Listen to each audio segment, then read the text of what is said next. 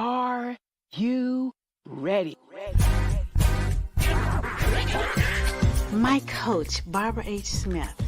Why did I hire her? Because she's the best. Barbara H. Smith is a powerhouse. She just walks in the room and grabs your attention, and she does that in a way that just makes you feel loved and like she's paying attention to you. She cares about you, and she wants to see you be your best self. She was able to dig inside and find the passion that was deep within me. Barbara's energy is one of the reasons that I had to have her as my coach. I love the way she is real with people. The reason I felt like I needed a coach was because I have some big goals and I needed to build my confidence. I knew that Barbara could help me do that. I felt that I could trust her. I would definitely recommend to get coaching from Barbara H. Smith if you feel like you need to level up your confidence. She would just help you feel like bold, like you can take on the world. She has really shown me who I am. She has changed my mindset to a place that I know that I am more powerful today than I would have ever been if I had never met Barbara Smith.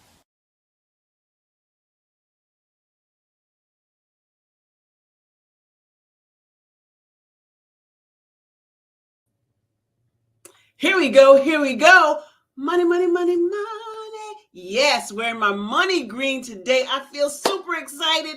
I'm so glad you're here. Welcome to the Empowering You show, where we showcase business owners, entrepreneurs, thought leaders, and people who are doing phenomenal things in the community. So today's no different.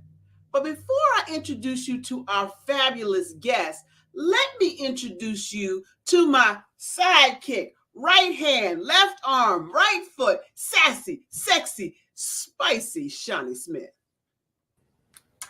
Well, hello. Again, another fantastic intro. Love it. I almost started to do the Cupid shuffle. I thought I was on right foot, left. No, that's not it. That's like the Macarena, okay? So glad you're here, Shani. It's always a pleasure to have you on the same platform. And I am so excited. I can't even begin again to thank you enough for all you do. Your encouragement, you are totally BHS and Associates focused and mindful of all the things that we do. And there's never any bickering or animosity. I love having you as one of our team members. Oh, thank you. It's my pleasure, really. There's so much that I'm learning. And, I know I've surprised you several times about how much I actually didn't know. So how much I've learned is really just invaluable. And it's an honor to be a part of the organization. I really can't even believe that I feel like just yesterday I said, okay, we're going to start the second quarter strong. And Here we are halfway through April. What happened? Where did the time go? Yeah. But I'm excited. I'm excited for what's to come. I can't wait for all the things that are happening for 2023. We'll talk a little bit more about that later. Mm-hmm. But I just have a different zeal. So I thank you. I tell you, it's an amazing journey. And I also want to give tribute. Tomorrow is the heavenly birthday of my father, who would have been 89, 90. He would have been 90. Wow. Tomorrow. And my granddaughter, who is Neve Compage, is going to be having a birthday tomorrow. They shared a birthday together. So I'm super excited for the birthdays. Super, duper, uber excited for our guest. Lord have mercy. We got so much stuff going on. We're going to talk about that later, but we want to get our guest up now. For more than a decade, she has conducted soft skills training for corporations, public agencies, and management training for nonprofits. She's truly committed to empowering, engaging, and enabling employees to experience their full potential. A woman after my own heart in that regard. She does webinars, retreats, workshops, coaching, and facilitation. And she was also an adjunct professor in marketing, of all things, with the University of Phoenix. Someone I've come to know and someone I've come to love, the beautiful Lisa Bishop. Hello. Well, Good hello, morning. lovely. Good morning. Good morning. How are you? Absolutely great and grateful. You're calling in. You're calling in all the way from the West Coast, are you not? I am indeed. The sun is shining. It's going to be a beautiful day. Thank you for It having me here. is. You are welcome. Thank you for consenting to come after all of the struggles. You can't keep a good woman down. That's what At I'm talking all. Never that. Never that. Won't he do it? Find a way. about. Won't he will. I'm Yes. so glad you're here, Lisa. We're going to jump right into the conversation. All of this is totally unscripted, and we just ask questions. Right. We want to know, inquiring minds want to know, how did you start your business? Like, why did you even start to train and engage corporations? I was obviously in corporations myself. There were opportunities and lack of opportunities. There were times where I was peeking through the window and wondering, what are they doing in there? There were times where I would actually participate in the training. And many times I would come back and be the resident train the trainer of the team without the kudos, ramifications, and so forth and so on. And I discovered this is something that I really enjoy and people would resonate. Or they would say, I've been doing this for so many years, and just with you, it's opened my mind. It makes me feel like I can go to the next level. It empowers me to do beyond what I thought I was capable of. And the way that you are able to take this technical information or whatever it happens to be and bring it to life in layman's terms where I can understand it better to help me guide me. That's how I started. Wow. You know, and that's how many of us start our business when it comes to training. Mhm. I love that you said something really key there. You get technical information and break it down so that the layman can understand it. And Mhm. that's huge, because a lot of people who talk the talk don't recognize that they're so into it that they are not intuitive about those that don't know what they're talking about.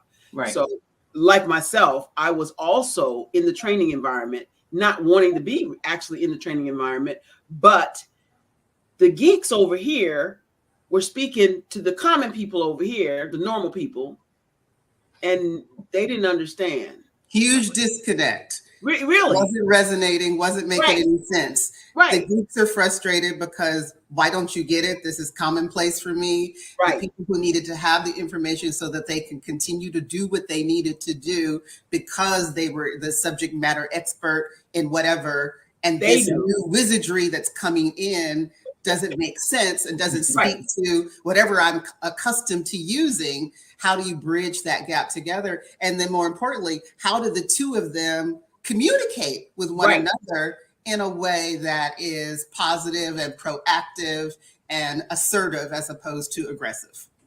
And were you that liaison person? I was the liaison every time. Go find Lisa. She'll help you do that. You know, many times somebody would pull me into a conference room and I would help take a technical wizard who had this 200-point PowerPoint presentation. Yes, 20-pound brains. exactly.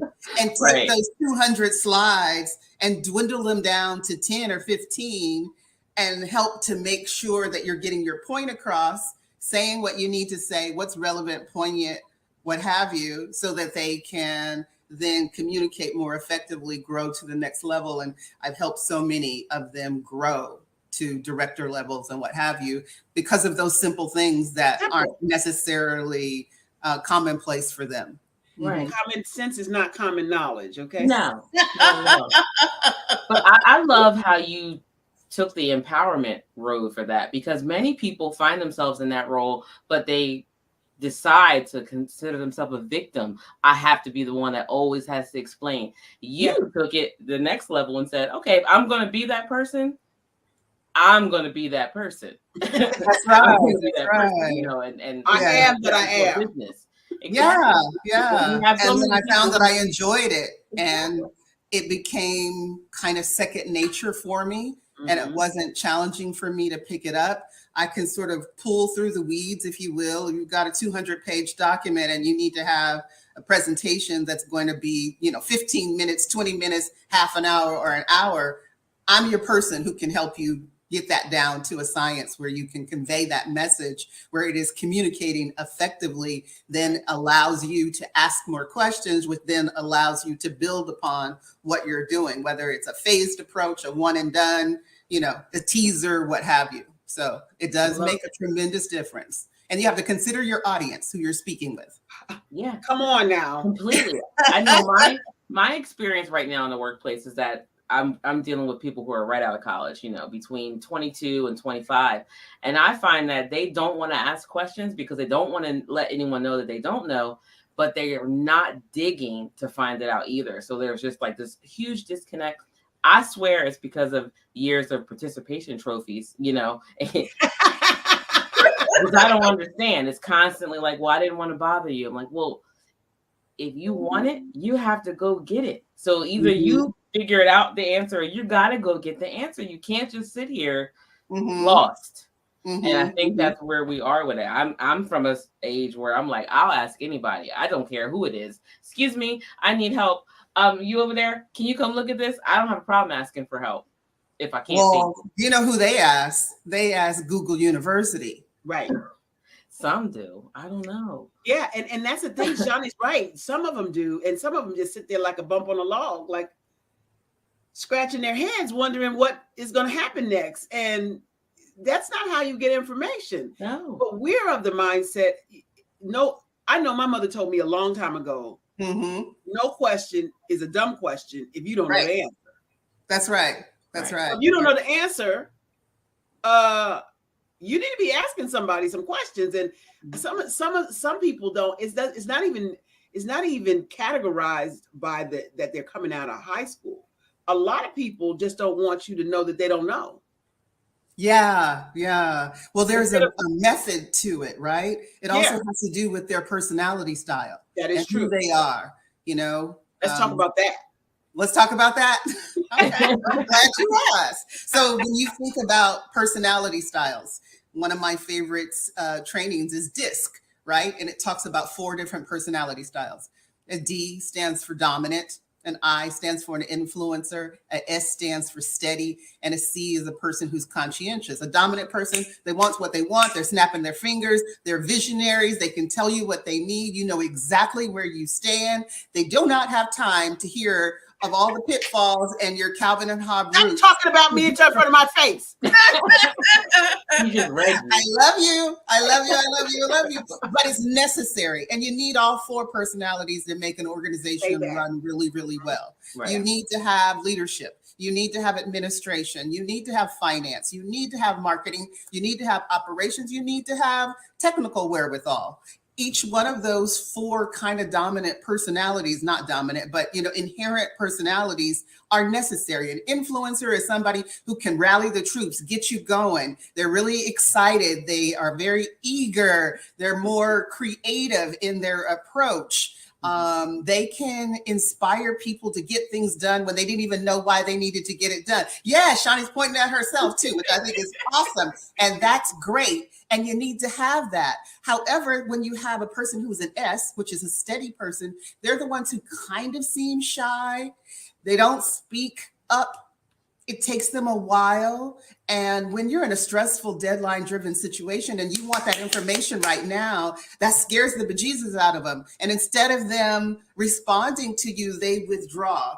But if you know how to speak to them and you recognize that that's what their personality style, there is a way to put fire under their belt by giving them a timeline and saying, hey, I understand you've got a lot of things and I know you want to weigh the pros and cons.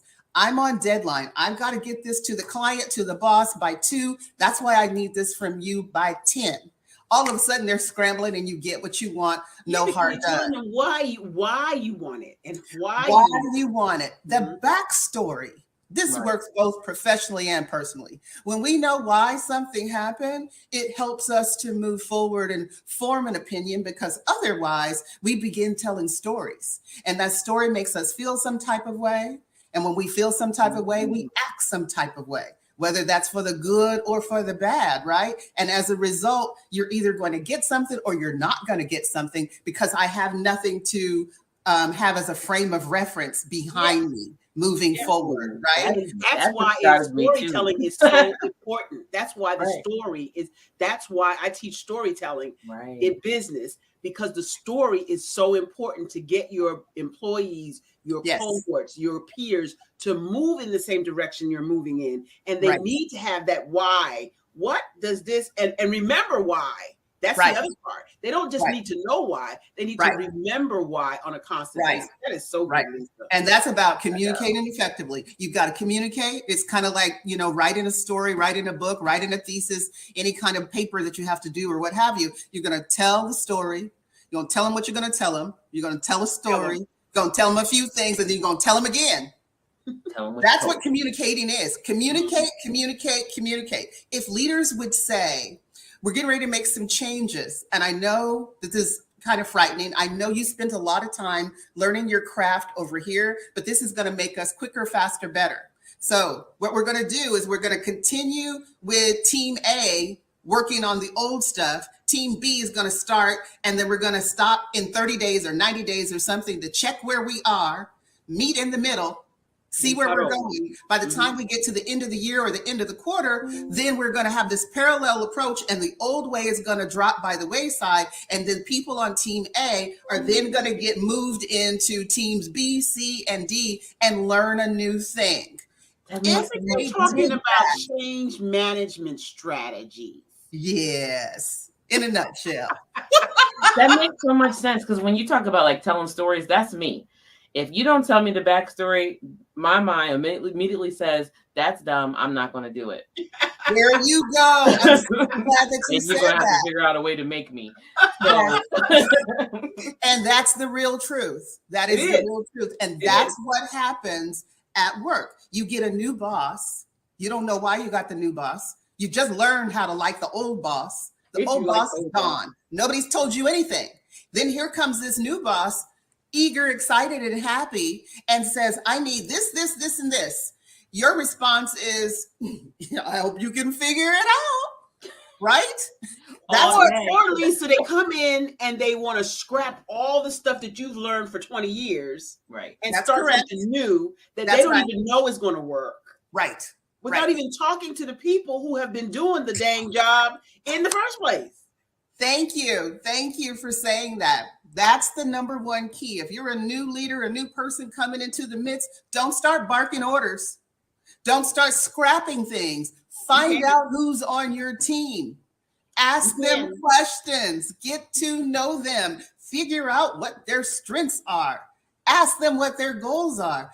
Ask them what the challenges have been in the last 30 days, 90 days, last year.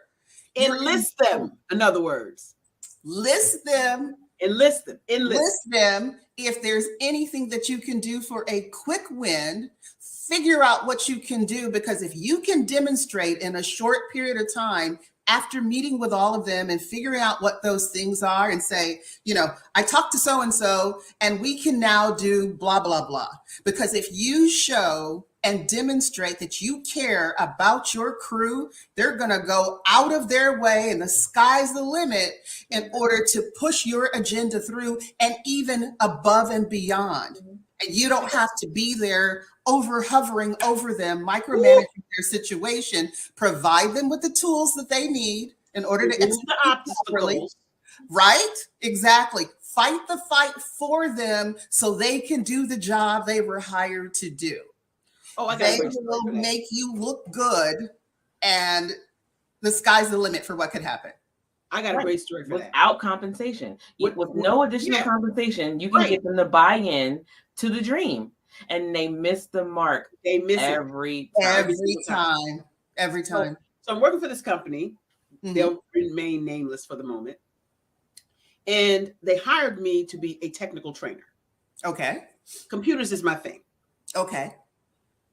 I come in, I create a strategy for engaging the people who are going to be trained, asking them what they need training in. Most of it's Microsoft tools. Okay. Create the requirements, create the agenda, create the training plan, present it to the boss, to the people who need the training. Their group is called Light Rail. Okay.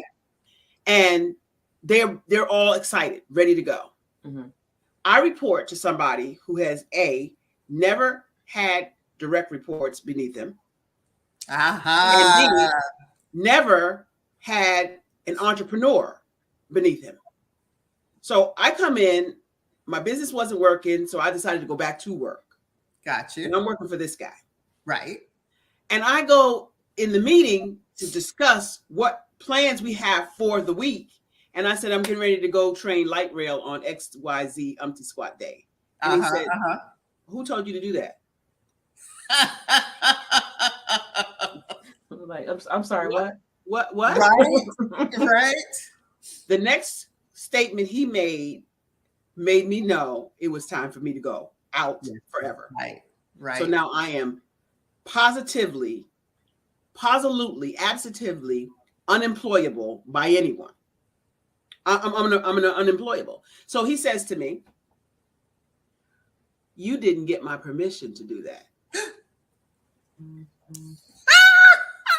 My statement to him was, what the hell you hire me for? And with that, I shut up and my brain went, whoop, we're done.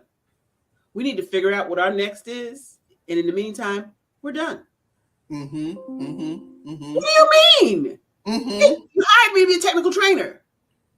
I did all the stuff. I didn't ask you for any of the stuff. I did all the stuff. Right, right, right. So 6 figures sitting in my chair like this. I understand. Yes, yes, exactly. And some people have said to me after telling that story, I'd have sat there and collected my money. I'm not that one. Right, right, right. I have to be productive. Well, that's an entrepreneurial spirit, right? Because you have the ability to multitask, because you have the ability to take theory and tactic and blend them together and create something where it doesn't exist, fix something that might be challenging, streamline something that might be overflow, enhance something that might not be enough. When you have a right brain, you only have the capacity to think one way. So something outside of that scope is overwhelming, right? And it's really challenging, and I applaud you, and I think that's wonderful. But that's a lot of what's happening with quiet quitting. Yes. Oh, let's talk about that. Because you can't be bought. You can't be bought. And everybody has a threshold in terms of the limit for them for what they're going to take, right? Stick a fork in it. Done. Stick a fork in it is right. And that's what's happening. You're right, Lisa. There's so many people that they're not just quiet quitting, they're quitting. Yeah. Quiet quitting is they stay in place. Especially women. Mm-hmm. More women entrepreneurs have been born during the pandemic than any other time in history. Yeah. I mean, it was eye-opening. Yeah. You didn't even realize how much time that you were missing out on trying to climb this ladder until you had to kind of sit still for a minute. So, climb this ladder with the broken rungs. Exactly. The ladder that wasn't designed for you to climb in the first place. It doesn't go with your heels anyway. I like that. I like that too. It wasn't designed with your heels. That's it. No, not at all. No, we can build a new one and it'll have sparkles on it. Don't worry. Because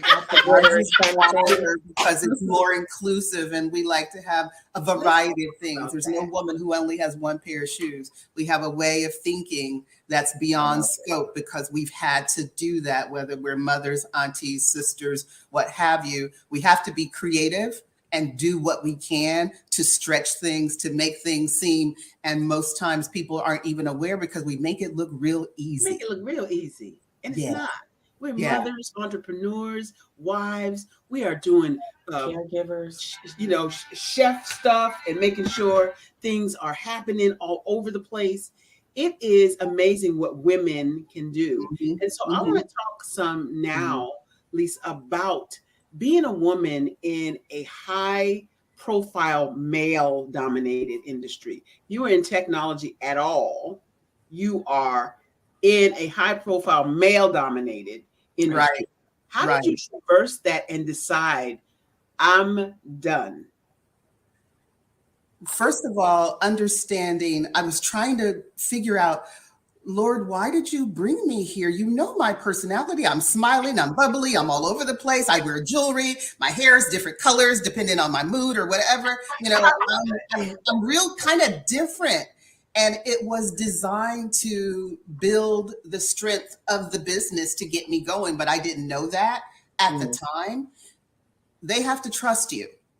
By nature, most techies are skeptical people, right? They don't trust anything, which is why they prefer their silos, because they do trust, but they verify. They trust. That's right. Right. You have to be proven in order to get through. You're not proven immediately. Immediately, they're going to try to find all the holes. I even remember interviewing, and everybody had a laptop and their heads were down. I'm like, what's going on here? I don't understand what's happening. So, but once that rapport was developed, once that trust was developed, once I had the training that made their brains think outside of their normal scope, the sky was the limit, and there wasn't anything too good for me or that they wouldn't do to go out of their way to support whatever I needed.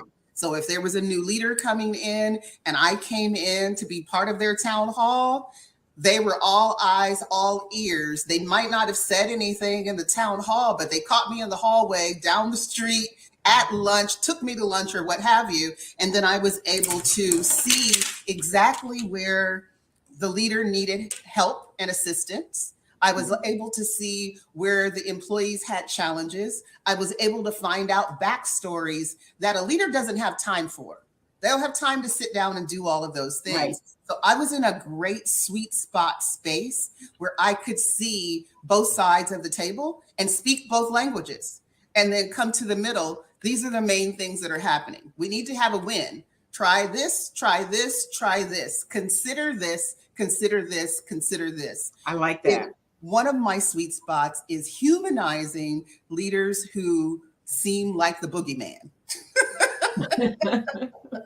Bring them down. That's a great skill.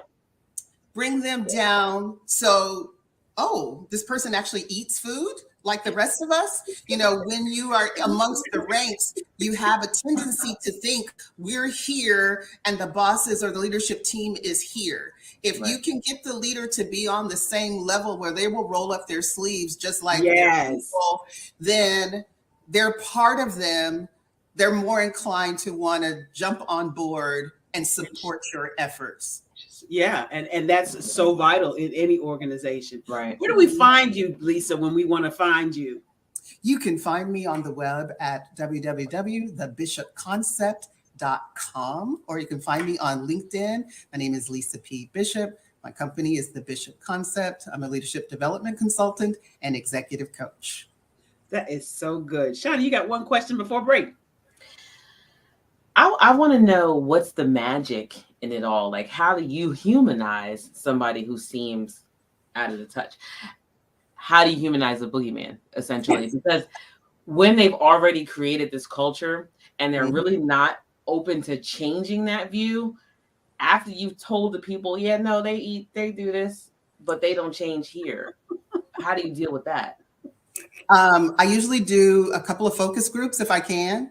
I find out who the unofficial mayor in the group is. Come on. This person is not necessarily has a title, but this is the person that everybody gravitates to. When they come from a staff meeting, when they come from a one-on-one, when they come from a town hall or whatever, everybody's nodding their head. And even in my trainings, I'll say, are you guys, really agreeing with what I'm saying here? Or are you just kind of giving me this polite proverbial nod in the head of whatever the XYZ, the name of that company happens to be? And they laugh. And it's like, no, we're paying attention. But there is a difference. In a town hall, we're all nodding our head because we got things to do. We're on deadline. We got to go. And I don't really understand what they're saying anyway. Or what does this have to do with me? There's not enough information that breaks down. But when they go back to their cubes, when they go back to their offices, when they go back to the water cooler, they're asking questions. They're talking. Exactly.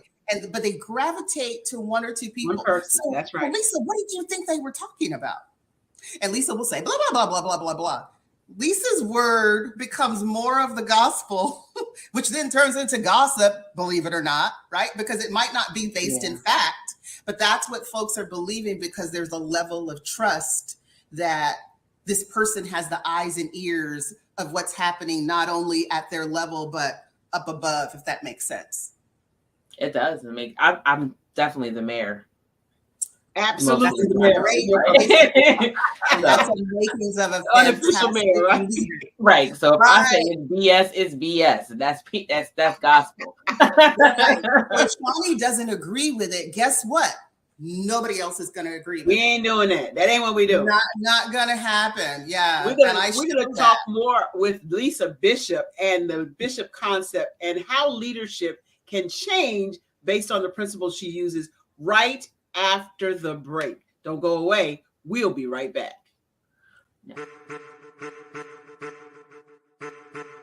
I am a child of the Most High God. He has gifted me in ways that I could not even imagine and didn't know.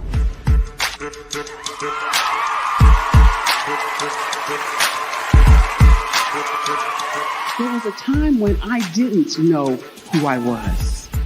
I listened to other people tell me who I should be, what I should do. I listened to people telling me that I should be a boutique owner, that I should be a construction manager, that I should be a laborer. Have you ever felt like you should do something else, be something else, go somewhere else, be wherever you wanted to be, and you felt like you were in a box? Anybody in the room? And you couldn't get out. Anybody in the room? And you kept trying to go and go and you couldn't get out. Anybody in the room? But let me tell you, you need to rock the box. Rock the box.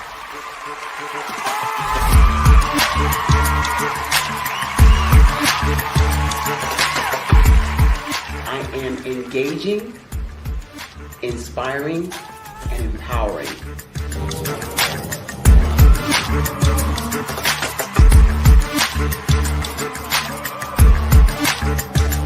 I would give you everything I know.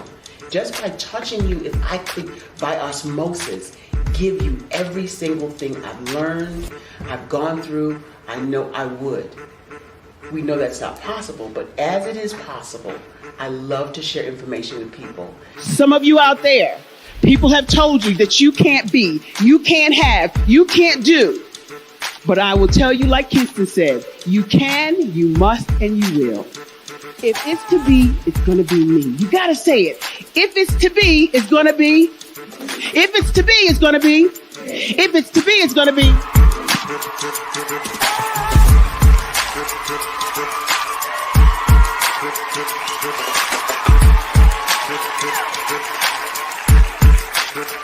Barbara is because she believed what her mama said about her and not what other people told her.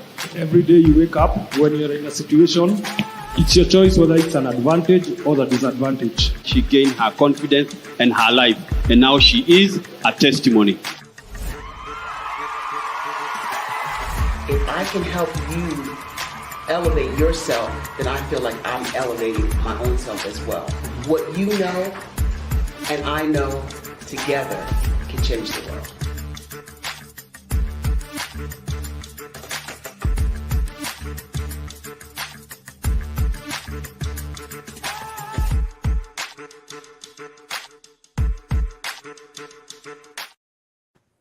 Is it possible to watch that and not dance? Rock the box, baby. Rock the box. You gotta rock the box. Whatever people put you in a box, when they put you in a box, you gotta rock that box. I agree. I love the enthusiasm. I love you, Lisa. Yeah. We met some time ago and we have been kicking it ever since. You want to tell the people where we all met, but where I met you, Lisa? I met you on the Black Business Olympics Expo, and I had the wonderful pleasure of being interviewed by you, and I was in awe, still in awe. I think that you're incredible. Your team is incredible. Everyone has embraced me. Shani has sent out love to me, and it's just been a wonderful unity fest. And here's the thing. People who are in training, people who are in motivation and empowerment are all about collaboration. And I'm about that. And, this whole team spirit is totally embodied in this way. And our word is our bond, and that's what we do. And I'm just grateful to have the opportunity to be able to be on this platform with you powerful women. And I think it's great that we are here today. And let's keep this circle moving, because I love it. I love it. I love it. Adding to it. You said I love something that. really huge. Collaboration. 2020 is the year of collaboration. Why do I say that? We have been on lockdown for 2.5 years. Yes. Now we're able to spread our wings and come out. We can no longer be a one and done organization.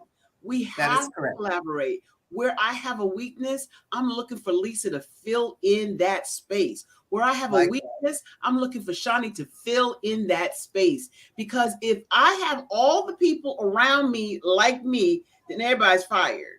Those are facts. I mean, you're a D. You got to look for I's, S's, and C's, period. Speak on it, Miss Shani. Speak on it. It's so incredibly true. Because a C, which I didn't get to before, is a conscientious person. That's a person who dots the I's and crosses the T's, super skeptical, very methodical in their approach. Everything for them has to be logical and make sense. They're also the people who tell you to talk to the hand. Because if you don't know what they know, and if they're in a stressful situation, you're dismissed before you even have an opportunity to ask the question, because as far as they're concerned, you're wasting their time. But if you can approach them in a way that says, hey, Shani, I looked up such and such and such, or I spoke with X, Y, and Z trying to get this information, and it's my understanding that you're the expert on it, and I don't really know where to go. Can you help me? They will respond to that. You cannot come up to them and say, where is such and such, or how do I do whatever? They need backstory research before you come to them to ask for anything. Well, you know what's interesting is after studying the DISC assessment for a year, I learned so much, not even just business. Yes. About my husband, for example. That's right. Like, I'm high D, like off the chart D, like 99.997 D. Oh, that's rare. And he is S all day long.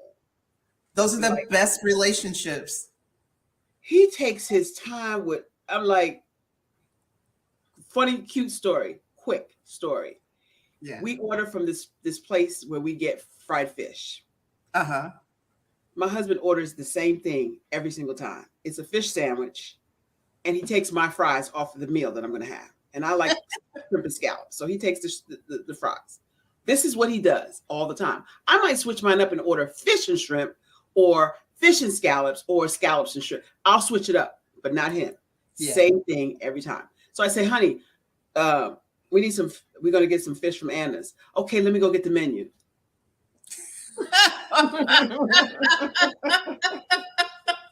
So why you need the menu?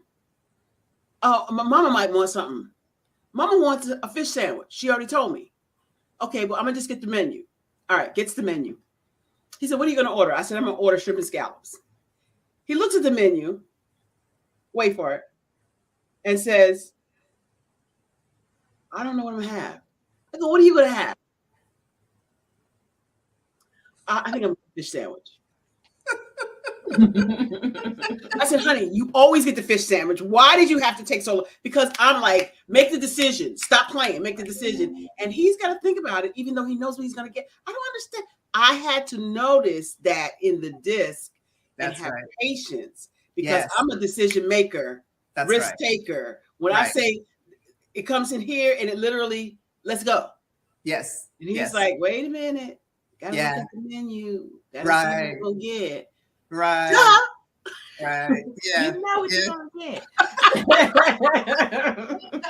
That's That's a great story, and it's so incredibly true because by him being an S, and believe it or not, D's and S's make for great relationships personally and professionally because in a team setting, when it comes down to a tiebreaker, the S is always going to go to the D.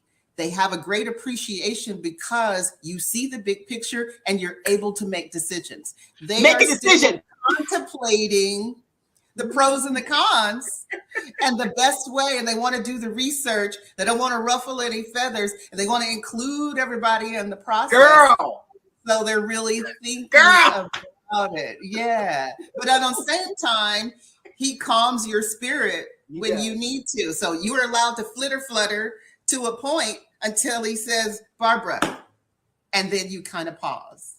And then you smile. Sometimes. And then, oh, okay, I can take a rest. It doesn't take long, but it's a real thing. Yeah. Totally understand. And it's the same way at work. Yeah. It's a real thing. Yeah. They have a great appreciation for people who can make decisions, make them quickly, and they know where they stand. They don't have to guess because without having a D in their midst, they're going to think about what the I says. They're going to think about what the C says. And then without giving them a deadline, they're going to wait till it feels right before they do something. They are definitely feelers. Yes. With that in mind, what are your thoughts, Lisa, on people coming into companies and allowing them to put their teams together as opposed to just at random? Different companies may actually choose people for the role, but for me, per se, ours is literally just whatever your hire date is. This is the group you're going to get. How do you feel about being able to form a solid team that has your I's, S's, and C's in it, and letting your mayor, myself, make the decisions? I'm a huge proponent of being able to mix up the group because you get formed opinions. They have a better respect for one another. Somebody admires what somebody does. Somebody admires what the other person does. You each kind of have your role and you're not necessarily competing with each other. Right. I think Barbara said earlier, if she had a whole bunch of D's on her team, everybody would be fired. And it's true. Not too many things would get done. So you being the unofficial mayor, you kind of make some of the decisions, but then you get excited in your conversation, whereas Barbara's going to get straight to the point. When you create your project, you want to hurry up and get it done, and you have all these other ideas, and you're thinking about plan B of it, and Barbara wants plan C, honestly, but you're still thinking about all the other pieces you want to do. When you want to have it right and tight, then you want to give it to a C because they dot the I's and cross the T's. They also look for mistakes. These are the people who like to read the newspaper and look for a mistake in a word, right? But they're good in terms of being able to tighten up the bow. So when you're a one-person shop entrepreneur, you have to rely on all of the other resources. You don't have a department team you can go to say, did I get all these elements right in this proposal? Is everything there? You're looking at it and looking at it and re-looking at it. You might miss something because you're not necessarily bogged down into the details more so than you are making sure you have all the components and the elements. The big picture. Mm-hmm. So I like that. There are cross-pollination of those letters, those personality types. And so that's true. Although, Shani may be a C, she also is an S, and she is very good at the details. She's very good at making sure that things are tightened. She's very good at, all of those kinds of things. And then she has that D personality when she wants to. Oh, yes. Absolutely. And I'm definitely a hybrid because I'm I too. Yes, we all have them. We are. What my trainings focus on when I'm doing them are based on stressful, deadline-driven situations. Ooh. When we're stressed, we kind of go into a bucket, or we might go into a V, but we definitely go into a bucket. When you need to get it done and you are stressed and something has to happen, you zing into a box. Yeah. When everything is hunky-dory and there's no challenges that are going on and you're going by the day-to-day routine, yes, You can be all four, you could be two, you could be three or whatever. But in a stressful deadline driven situation, you definitely zing over into a particular element. There's pressure, there's opportunity, there's timelines, there's what needs to be done, what's there, what's not there. Some people are holding their heads in. Some people are like, we can do this. Other people are saying, come on, you guys. Another person's like, well, there's risk aversion here, and there's this, there's the resistance. So there's all the things that you do when you're stressed, both professionally and personally. So how do you get clients? How do people come to you and you get them for working with them? Before the pandemic, I got them through word of mouth. Somebody would attend my training and say, oh, my husband's company needs that, and so forth and so on. But pause. They would attend your training. They would attend my training. How was your training conducted, or how did you get to be training somewhere? Usually through an agency or hired through a contract or something of that sort. And they were awesome and incredible and engaging. And one company would hear, one department would say, oh my God, you need to go to this training. It was incredible. It was insightful. Some of them turn into onboardings for new hires for a healthcare agency, a lot of different government type of entities, things. And it's really interesting because technical right brain people usually or typically back in the day would not consider soft skill training as anything other than touchy feely. Yeah. But it's necessary. It's kind of like the golden rule of when we grew up at home and how you interact with one another. Hello, please, thank you, or kind of things that are gone by the wayside by many people, but they do impact people. And especially if you have these different types of personalities. If I'm coming into work every day and I'm giving you, 10 hours of my life and you don't even acknowledge my presence, it makes it very challenging for me to be able to produce for you or perform at my optimal level. However, if you say, hello, good morning, Lisa, how are you? How's your dad? Did you go to the gym today? How was your Paris trip? Whatever. Where? I'm going to be more inclined to, entertain with you. But by the flip side of that, if you have a boss who's the opposite of that and is not a chitter chatter person, do your work first. If that's what they require, then have the conversation. What I's tend to do, and I'm an I, by the way. So what we have a tendency to do is want to have the relationship first, because through hard knocks, we've learned that the relationships are the key to everything, because when you are in those stressful deadline-driven situations, you can pick up the phone and go across the aisle and get something done and accomplished that somebody, even though they know all the pieces that are done, but if they have the personality of a flea, which there is no personality, they're not going to get too much of anything. Right? Exactly. How many companies really took the time to find out how their people were when they had to come back to the hybrid? They didn't.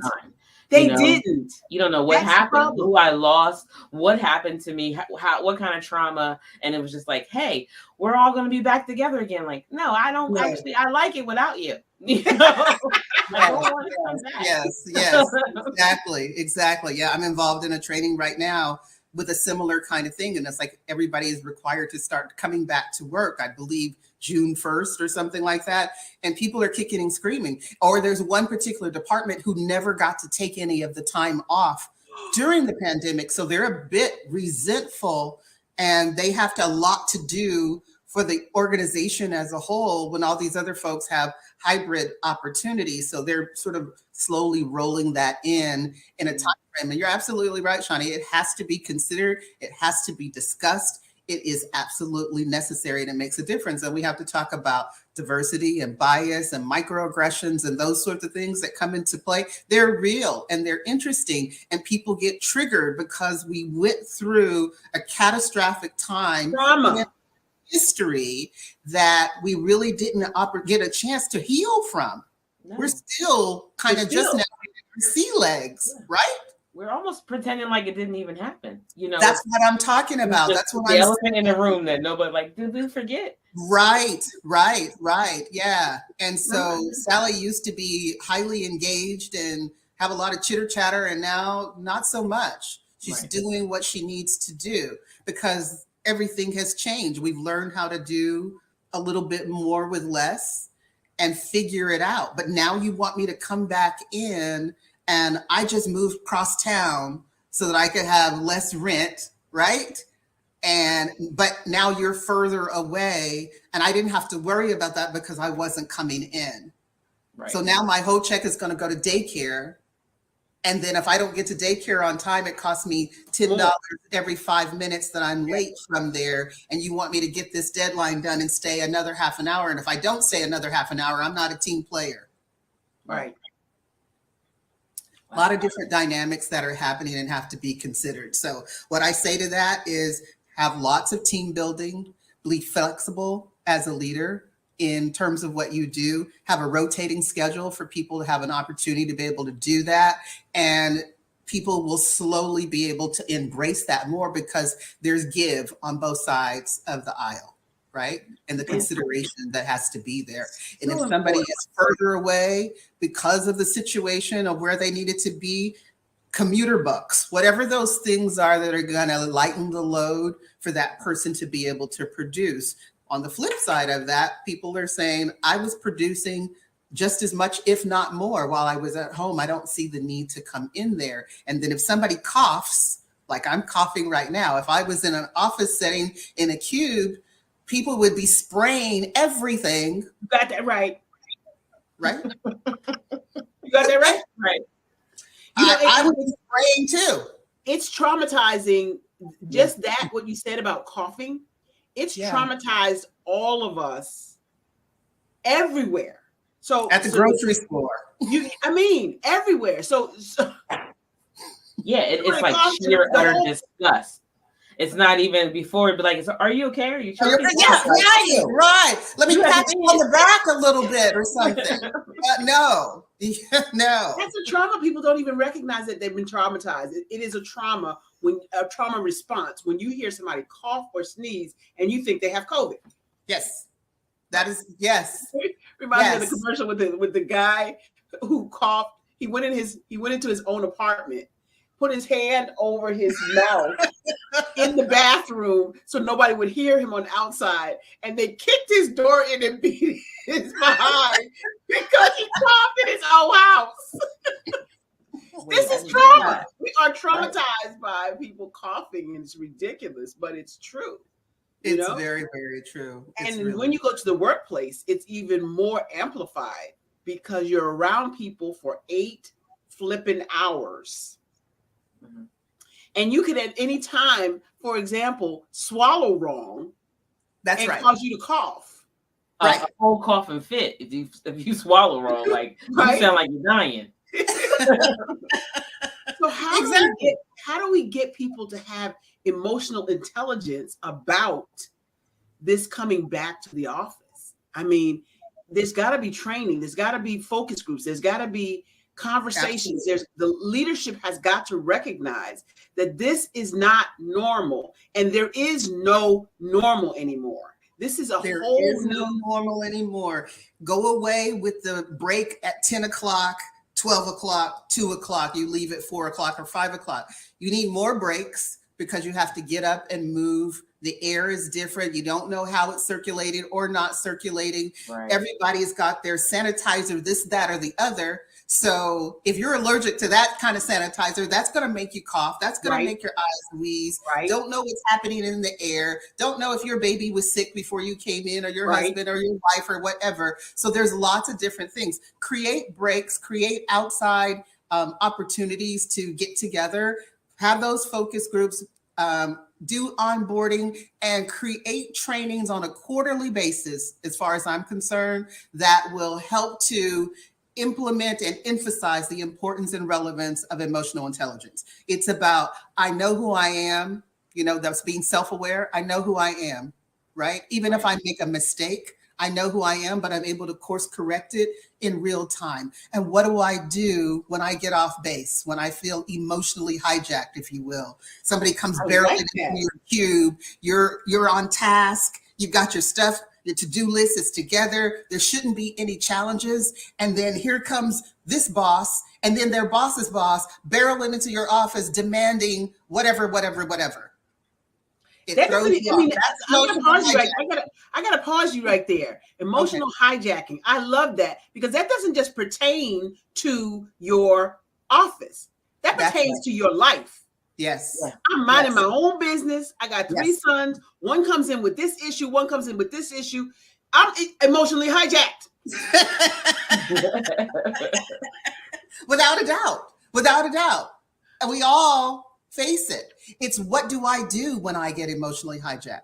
And for That's what I me, need to I don't know. have it in front of me now, but I usually have my little essential oil, which is lavender, and I unscrew the top and I inhale it. I inhale it because I love the scent. So it energizes me and calms me down at the same time. So That's I what lavender typically does. have it next to me on my laptop. I have it with me when I'm training, and people will even come in and say, Lisa, what are you smelling? And I'll put it and I'll go, oh, that's so nice.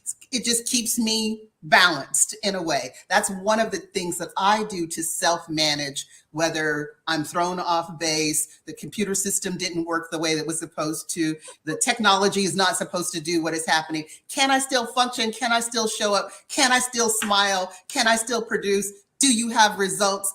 Absolutely, you Can do. she still knock it out the park? Absolutely. We're in this together. And that's what it's all about. And that's what I'm talking about, humanizing. People don't mind if you have a faux pas. In fact, they seem to embrace it more. If you look at media right now, it seems like the underdog is the one who seems to be outshining the perfect Patties and the perfect Peters in the world. They really know seem it's a to lie. have something, they is a resonate, lie. we gravitate to them because they're human. There's something that's flawed in It's a way. lies. Be yourself, say oops, and keep Authentic. it moving. Fully Not you. oops and you fall apart and that's the end and you can no longer keep moving forward. Just keep going. And that takes practice. It doesn't happen overnight, but it's a real thing. Some people turn on their music, just like we hear in the commercial break, and all of that keeps you moving and going. Go outside and take a walk, Take a right? break. Put your headphones on. Anything that's going to change. But I believe there has to be more breaks. That's the beauty to me of what happened after the pandemic when we came on Zoom, that my 8-hour trainings, instead of it only having 3 breaks, I probably had 6 or 8. And everybody was appreciative. They had a chance to do a water break. They had a chance to check on the baby and put the bottle in the mouth. They had a chance to kiss the hubby going out the door. They had a chance to do their 15-minute workout or whatever. And everybody came back rejuvenated. Nothing says you have to be planted in a seat in order to perform. That is so Exactly. good. They need to have wine in the break room. Oh wait, never mind. Wrong thing. That's a whole nother class, Shani. That's a whole nother class. We talked about what Mark is saying, stepping outside and getting some fresh air away from the computer and not being paralyzed by fear. Let me tell you, we are at the top of the hour. I cannot believe the hour is gone already. We have had a marvelous conversation with the beautiful Lisa Bishop of the Bishop Concept. How do we get in touch with you, Lisa? Once again, Thank you so much. www.thebishopconcept.com, or you can reach out to me on LinkedIn, Lisa P. Bishop, leadership development consultant and executive coach. And that is our show for today. I want to just give a couple of quick announcements before we leave. We have an empowerment conference coming up. Empowerment conference for ladies, executive women everywhere. Save the date, October 13, 14, and 15. We are going to be in the beautiful city of Ocean City, Maryland, celebrating each other, not just celebrating each other, but learning. We have some tools, techniques, and tips to help executive women level up and get to the next level. Also, we have coming up the book. The book is launching August the 5th. The Empowering You series continues with Let Go of the Past and Step into Your Greatness. So be on the lookout for that. It'll be in Amazon very, very soon. Shani, what else we got? I mean, you cover what I needed to cover, but look forward to reaching out to Lisa P. Bishop on LinkedIn. Connect with me. You're interested in being a guest on the show? Let me know. We love to highlight people who are doing big things in their community and in their circle. It's support at BarbaraHSmith.com. wallstreethackers.com. Reach out to me. I swear I'll hit you back. Thank you. She will that. Coming up next is the Wall Street Hackers. Don't go anywhere for that. We are out of here. You know what time it is. It's time for you to step into your greatness. Lisa, hang out with us for a little bit. It's time for you to step into your greatness because the world is waiting for you. We'll see you next week. Beautiful. Thank you. Engage, inspire, empower. That's what I help you do as a celebrity, speaker, trainer, and coach. Hi, I'm Barbara H. Smith, known as the Masterful Presenter. I am the one that can help you dig deep inside your passions and deep inside your life to get you to the place you always dreamed. I had the pleasure of hearing Miss Barbara Holmes Smith speak today, and just from her speaking to me today, I have realized that I need to have personalize my alter ego and be able to put myself out there a lot more. I help through speaking techniques, teaching you how to use your words and your body language to inspire people to come up higher. Today's presentation with Ms. Barbara was just outstanding. She has really helped me with her personality, with her being so genuine and passionate about what she believes in and helping to coach, train. Her sense of humor, her energy is just incredible. How do I do that? By coaching and speaking and training. I help you with whatever it is that you want to do next. What is your next? Are you ready to take your life, your career to the next level? I can get you there. Contact me at www.barbarahsmith.com.